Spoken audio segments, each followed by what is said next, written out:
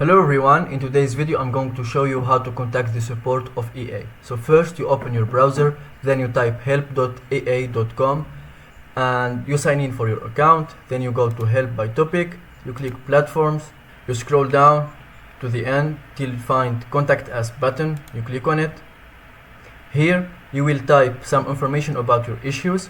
After you fill all the information related to this issue, for example for us is game features, FC26, the platform is PC, and the issue we describe it as we can't find drivers rewards.